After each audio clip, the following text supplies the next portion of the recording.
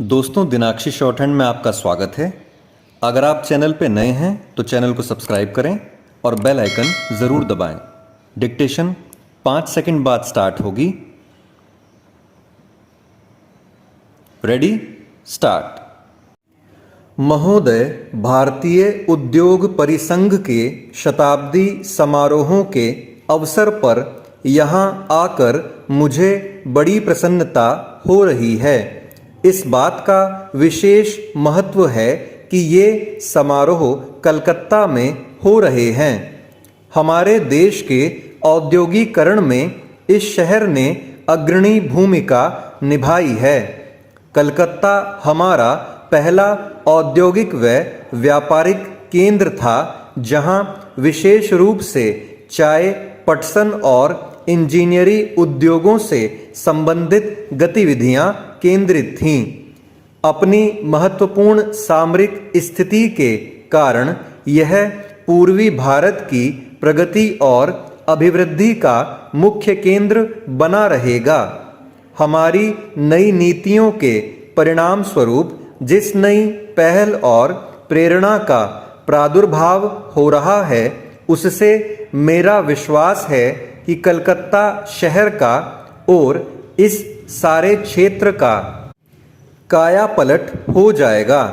मैं आपको बिल्कुल अभी हाल में प्राप्त एक महान सफलता के लिए भी बधाई देता हूं, और यह इस क्षेत्र के औद्योगीकरण के लिए एक बड़ा अच्छा शकुन है। चीज़ें इतनी बदल गई हैं कि कल तक जो विरोधी थे वही आज रक्षक बन गए हैं, और यह सचमुच में बड़ी खुशी की बात है। चेंज। इस खुशी के मौके पर मैं भारतीय उद्योग परिसंघ को बधाई देता हूं। सन 1895 में केवल 5 इंजीनियरिंग कंपनियां इसकी सदस्य थी।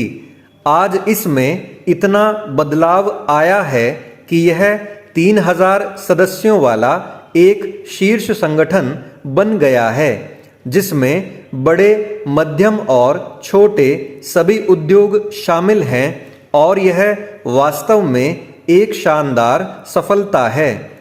आपके संगठन में सभी विविध प्रकार के व्यावसायिक और औद्योगिक हितों का समावेश है।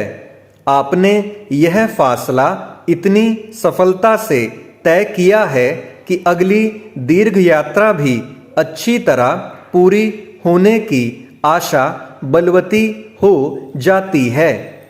जब हम यात्राओं की बातें कर रहे हैं तो इस अवसर पर यह विचार करना भी उचित ही होगा कि हम कहाँ पर थे, आज हम कहाँ हैं और हमारा लक्ष्य कहाँ जाने का है। 1991 में हमने जिस गंभीर आर्थिक संकट का सामना किया था, मुझे उसके विस्तार में जाने की कोई ज़रूरत नहीं। आज आप जितने लोग यहाँ उपस्थित हैं, उन सब को उस संकट के बारे में व्यक्तिगत और प्रत्यक्ष जानकारी है। यह भी अच्छी बात है कि लगता है कि लोग संकट के उन दिनों को भुला बैठे हैं, और मानव प्रकृति का यह बहुत अच्छा गुण है। इसलिए आइए यह देखें कि आज हम कहाँ खड़े हैं।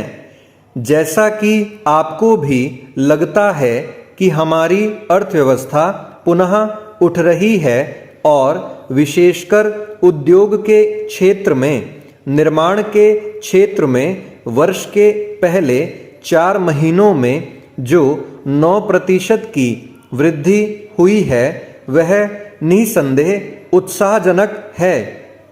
चूंकि यह प्रगति बड़ी व्यापक है और औद्योगिक क्षेत्र के सभी खंडों में हुई है, इससे हमारी अर्थव्यवस्था को बड़ा बल मिला है।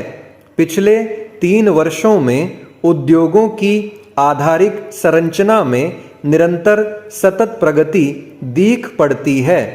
उपभोक्ता वस्तुओं के निर्माण में भी लगातार सुधार हो रहा है। चेंज। महोदय, आर्थिक पर्यावरण में सब तरफ समायोजन होने लगा है। कृषि के क्षेत्र ने आर्थिक पुनरुत्थान में बहुत ही महत्वपूर्ण भूमिका निभाई है और वास्तव में तो इससे हमारी अर्थव्यवस्था के बाकी सभी क्षेत्रों को गति मिली है।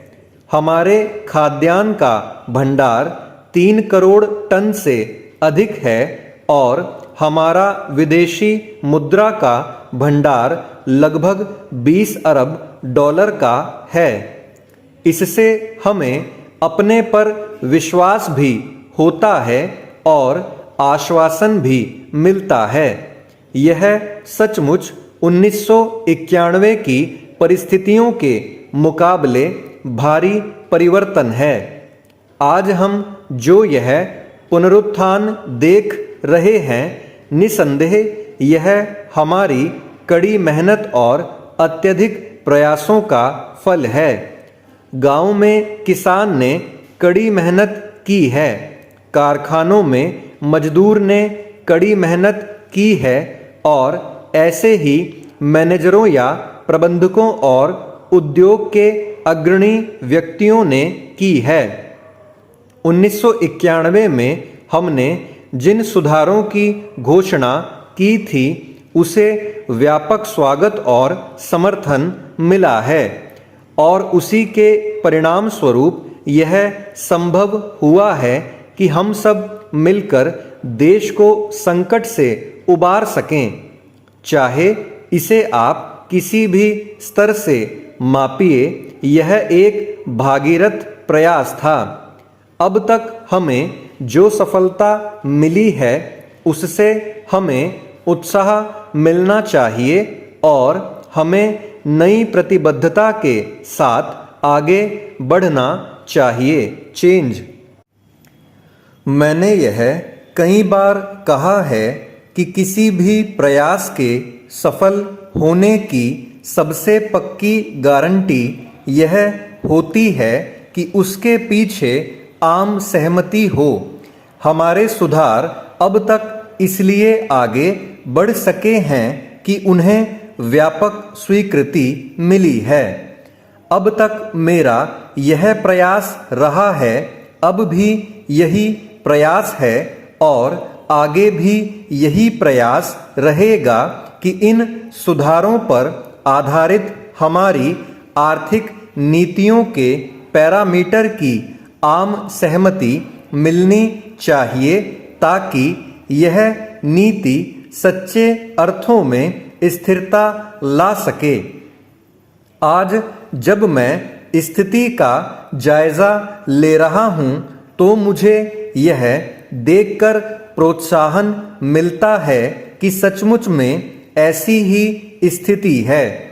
मुझे निश्चय है कि सभी राज्य यह चाहते हैं और यह उनकी आवश्यकता भी है कि तेजी से औद्योगिकरण हो।